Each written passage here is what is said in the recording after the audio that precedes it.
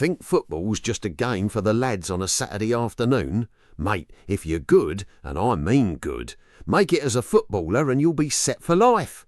That's what this game does for a man what plays it clever. Don't let no misery guts tell your footballers are poor downtrodden creatures like the colliers.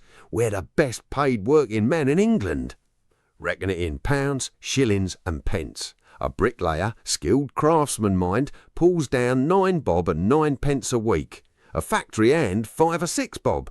A post office clerk in his stiff collar looking down his nose ass, £90 a year. The parson 140. Well, I clear more than the clerk and the parson put together, and I do it in me shirt sleeves of a Saturday, with the crowd roaring me name. Bottom to top then, pay attention. The bottom rung, and even that's a flyer. Down here you ain't full time. You keep your trade, fitter, drayman, and turn out for the reserves and the odd first team game, paid by the match, maybe 15 bob a go. Hark at that! A labourer sweats his whole 6-day week for less. You earn the same in 90 minutes, doing what you do for nothing down the park. That ain't poverty, that's a flash little income on the side. I but that lad at 20, the envy of me street. The wage men, the comfortable middle. A proper professional draws the full weekly wage. They've capped it now, £4, no more, and done away with the win bonuses that mean divils. But think what £4 is. Better than £200 a year, more than the clerk and the parson, twice a master tradesman. On that, you're a man of the lower middle class, and you live like one. And here's the life it buys, the bit nobody tells you. No slum court, you take a snug villa out Tottenham or Peckham way, parlour, 3 good bedrooms, a strip of garden and a water closet indoors the labourer down the road only dreams of. Rent 7 or 8 bob, a fraction of what comes in.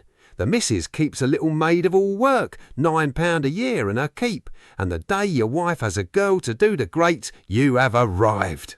Meat on the table every day, not bread and dripping, boots and a decent school for the nippers, a feathered hat for the missus, a watch and chain and a tailored suit for you, and a safety bicycle in the passage. 15 quid, a rich man's toy a few years back.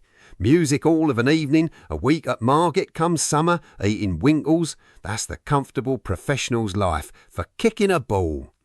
The princes, the top of the tree. Before the cap, the best drew £7 a week, and with bonuses some touched 10. £500 a year, son. Doctor's money, solicitor's money, 2 servants and a pony trap off lads what came up from the pit. The cap chased that money south, mind, for the Southern League, Spurs, Millwall and the rest holds with no maximum.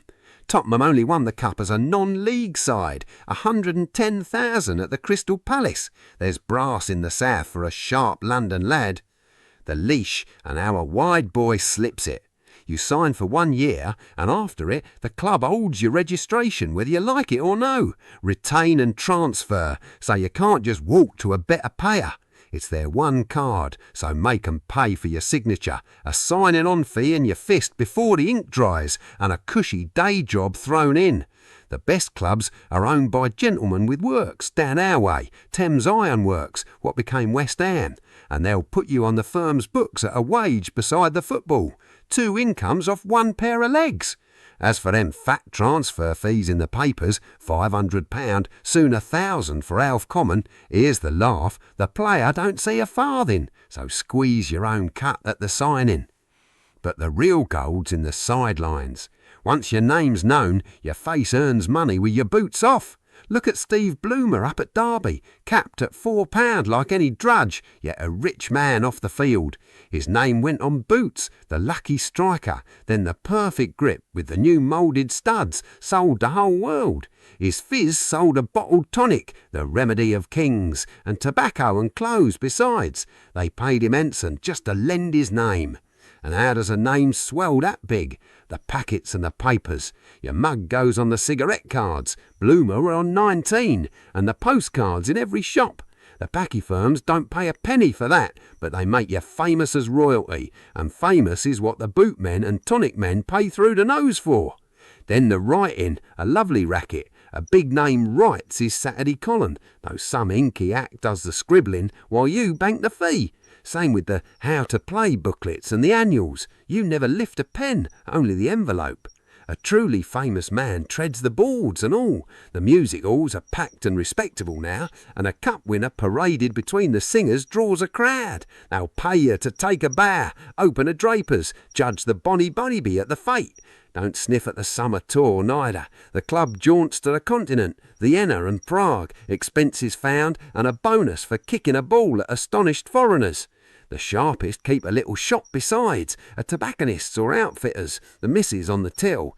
And the England cap, the FA pays but a small fee, and you're fair, so do it for the fame, which doubles the price of everything else, and for the dressing room, where you learn what rival clubs are paying, worth more than the fee come your next sit-down with the governor. But be canny, it don't last. The game's good to you, but it's short. You're done at 35, and one bad knock can finish you tomorrow. There's no insurance worth the name. Poor D. Jones cut his leg in a friendly, took blood poisoning and died, and his wife got nothing, for the club said he weren't working.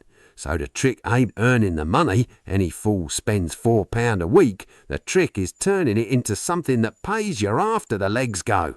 The crown jewel, the benefit. Give a club 5 good years and they grant you a benefit match. A big fixture, a fat crowd, and the whole gate is yours, every shilling, and the taxman can't touch it. A well-liked man clears £200 or £300 off one afternoon. Years of wages in a single Saturday. And then a wise man buys a pub, takes the tenancy, hangs his England cap behind the bar, and turns publican, a man of property, an employer, what the same toffs now tip their hats to.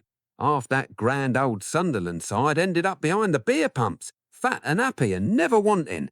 That's getting rich at football. The comfortable life and the sidelines while you play, and a snug little gold mine of a boozer when you're done. So, live well, keep your trade in your back pocket, squeeze your signing-on money, take the day job, sell your name to the bootmen, write your column, tread the boards, save like a Scotsman, last long enough for your benefit, and end up the landlord with a full till, a fine watch chain, and the best stories in the saloon bar.